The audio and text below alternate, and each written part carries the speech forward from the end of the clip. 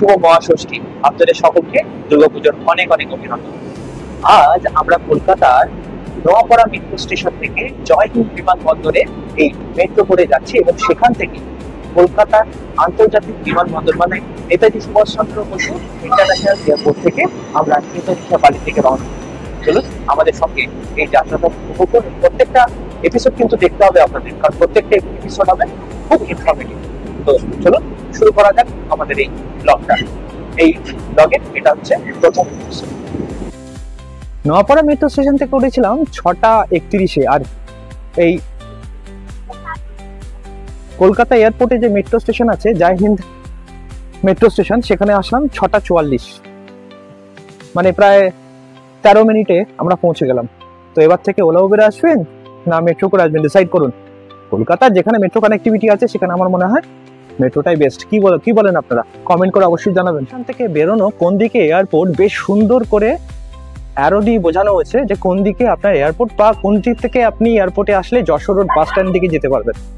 তো খুব সুন্দর সিস্টেম করেছে কিন্তু। তো দেখা যাক কোন দিকে গিয়ে আমরা বেরোই। চলুন যাওয়া যাক। অ্যারো দিয়ে বাংলায়, ইংলিশে, হিন্দিতে সব লেখা আছে, খুব সুন্দর সিস্টেম। আমরা পৌঁছে গেলাম কলকাতা বিমানবন্দরে। লাইট দিয়ে ভিড়ের জন্য বেশ সুন্দর চারিদিকে সাজানো হয়েছে।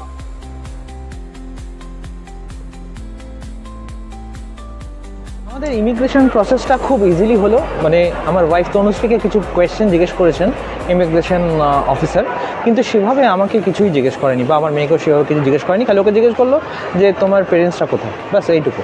আর আমাকে তো কিছু জিজ্ঞেসই করলো না। তো ইমিগ্রেশন প্রসেস হয়ে গেছে, আমরা এখন চলে এসেছি। আমাদের 8 নম্বর গেটে ফ্লাইট দেওয়ার কথা। তো দেখা যাক, এগোনো যাক। রাত্রি 12টার ফ্লাইট। আমরা যে খাবার নিয়েছিলাম সেই খাবারটা নষ্ট হয়ে গেছে। মানে এয়ারপোর্টের বাইরে দাঁড়িয়েছিলাম, একটা কুকুর এসে খাবারে মুখ দিয়ে দিয়েছে, মানে রাখা ছিল, সে লাফিয়ে টেনে খাবারটা নিয়ে নিয়েছে। তো সেখানে খাবারটা ফেলতে হয়েছে। এখানে দেখবো আমার কাছে কয়েকটা কার্ড আছে, সেই কার্ডে লাউঞ্জ অ্যাক্সেস আছে কিনা। যদি লাউঞ্জ অ্যাক্সেস থাকে তাহলে আমরা লাউঞ্জে খাবো, তাহলে এখানে কোথাও একটা রেস্টুরেন্টে খেয়ে নেবো। তো আমরা এখন যাচ্ছি লাউঞ্জের দিকে। গন্ডগোল হয়ে গেছে।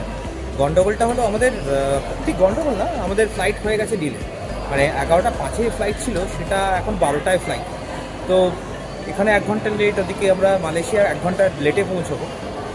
তো ঠিক আছে, বাফার টাইম আছে আমাদের হাতে, তো সেই জন্য কোনো প্রবলেম নেই। আমরা দু জায়গাতেই, মানে কলকাতা আর মালয়েশিয়া, দু জায়গাতেই আমরা উইন্ডো সিট পেয়েছি। তো আমরা যখন টেক অফ করবো বা যখন আমরা মালয়েশিয়াতে নামবো, তখন আপনাদের বাইরের ভিডিও করে দেখাতেই পারবো।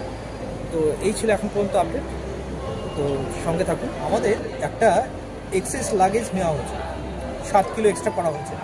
তো তার জন্য আমরা ওটা একটা সুবিধা পেয়েছি, সেটা হচ্ছে যে ওটা চেক ইন লাগেজে নিয়ে নিয়েছি, আর হ্যান্ড লাগেজে নিতে হয়।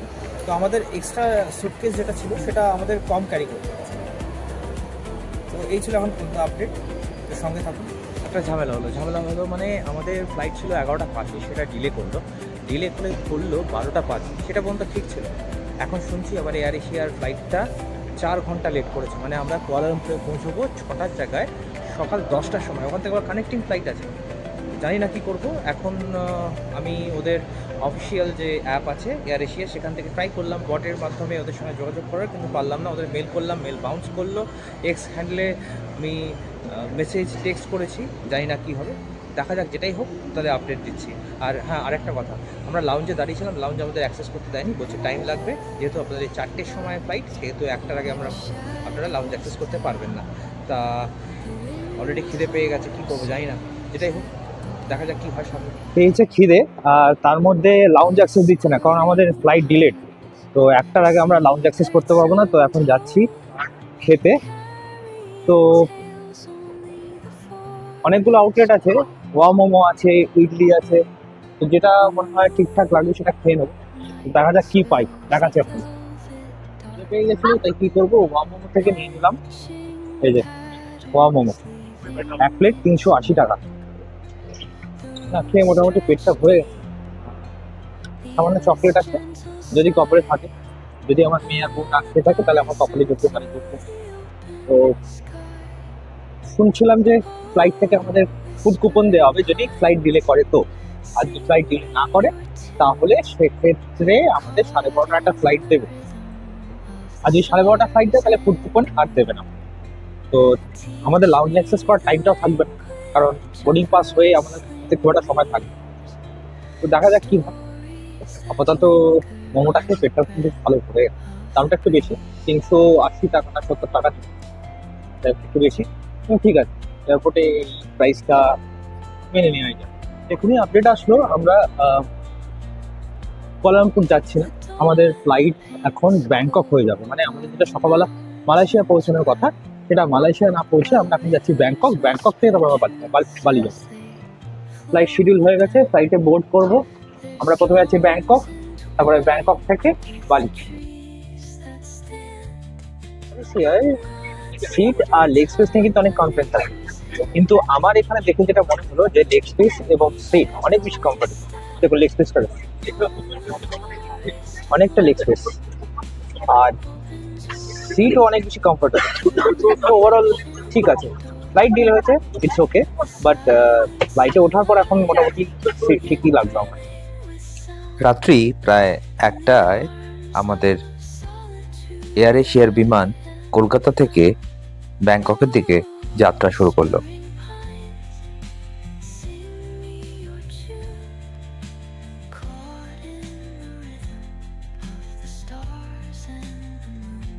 সারাদিনের ক্লান্তিতে একটু ঘুমিয়েই পড়েছিলাম। হঠাৎ অ্যানাউন্সমেন্ট হলো আমরা ব্যাংককের ডনমিয়ং এয়ারপোর্টে কিছুক্ষণের মধ্যেই নামবো। আর এই প্রথম আমার কোনো বিদেশের মাটিতে পা রাখা, সেটা ভেবেই ভেতরে ভেতরে খুব উত্তেজনা হচ্ছিল। এখন জাস্ট এয়ারপোর্টে ঢুকলাম, ঢুকে আমরা এখন যাব ইন্টারন্যাশনালের দিকে। সামনে ইন্টারন্যাশনাল আছে, ওখান থেকে পাসপোর্ট দেখে আবার আমাদের বেরিয়ে যেতে হবে, বা বালি ফ্লাইট আমরা যেদিক থেকে ধরবো। তো এই যে লাইন, ইমিগ্রেশন প্রসেস আমাদের খুব স্মুথলি হয়ে গেছিল। আর তারপরে আমরা টার্মিনাল চেঞ্জ করে বালি যাওয়ার ফ্লাইট ধরার জন্য অন্য টার্মিনালে যাচ্ছিলাম। আর যেতে যেতে এই ধরনের স্টোরগুলো আমার চোখে পড়ছিল। বেশ সুন্দর এবং গোছানো দেখলাম ব্যাপারগুলো, দেখে খুব ভালো লাগলো আমার।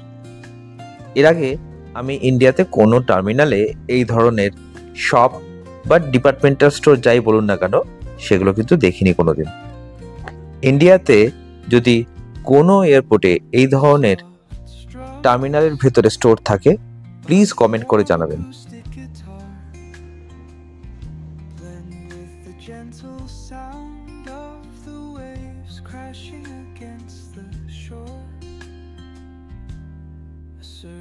ব্যাংককের ডনমিয়ং এয়ারপোর্টে রয়েছে, এখান থেকে বালির ফ্লাইট ধরবো।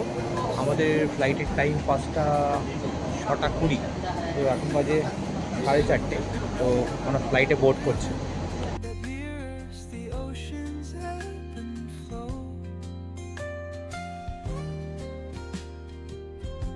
ফ্লাইটে বোর্ড করে গেছি। ওয়েদার মোটামুটি ঠিকই আছে, প্লেজেন্ট ওয়েদার, আর বাইরের স্কাইও পুরো ক্লিয়ার দেখায়।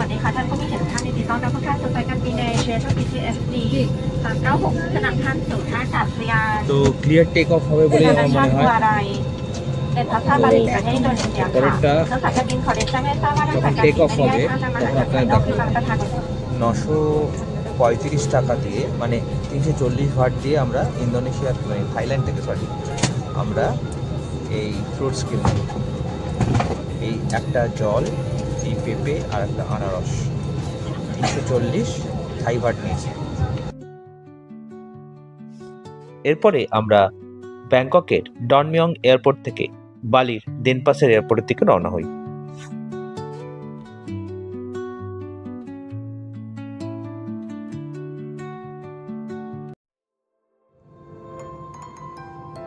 29 সেপ্টেম্বর 2025 আমরা বালির দেনপাসার এয়ারপোর্টে এসে পৌঁছাই। গুড মর্নিং ফ্রম বালি এয়ারপোর্ট। আজ সপ্তমী, 29 সেপ্টেম্বর আমরা এসে পৌঁছালাম। এখন যে প্রসেসগুলো আছে সেগুলো হচ্ছে আমাদের কাস্টম ডিক্লারেশন দিতে হবে। মানে কাস্টম ডিক্লারেশন দেওয়া আছে, জাস্ট বারকোডটা স্ক্যান করে বেরিয়ে যাব। আর ভিসা আমাদের করতে হবে, এখানে ভিসা অ্যারাইভাল, তো সেই প্রসেসগুলোই করবো। যাই এখন দেখা যাক কীভাবে কি প্রসেস করতে হবে, আপনাদেরও দেখাবো। ইমিগ্রেশনের দিকে যাচ্ছি। প্রথমে ইমিগ্রেশন ক্লিয়ার করবো, কাস্টম ডিক্লারেশন দেবো, তারপরে আমরা গাড়ি বুক করবো। তারপরে ভিসা তো আছে।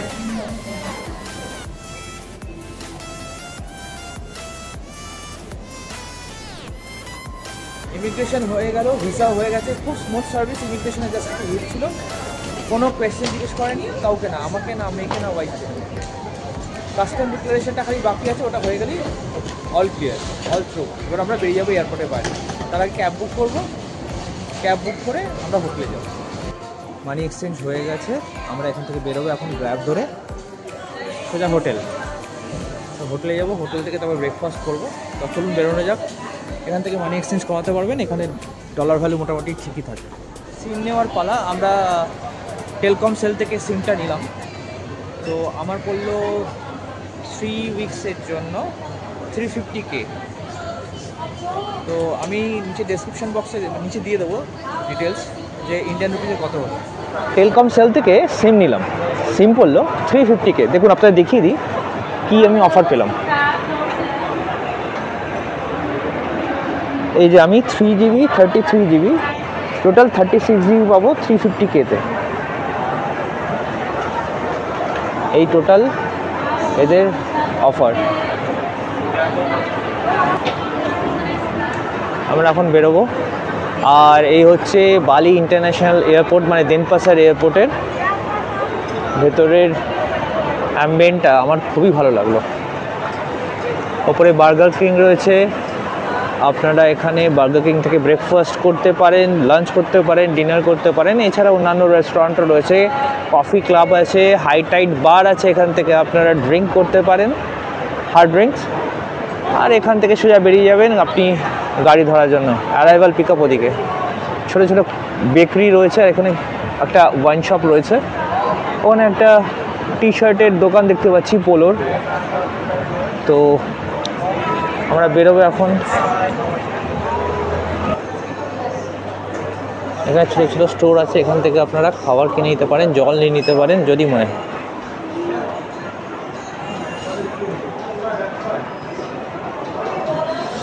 আমরা এখন গাড়ি ধরতে বেরিয়ে যাচ্ছি বাইরে, যেখানে এরিয়া রয়েছে। এই হচ্ছে দেনপাসারের বাইরের সিন।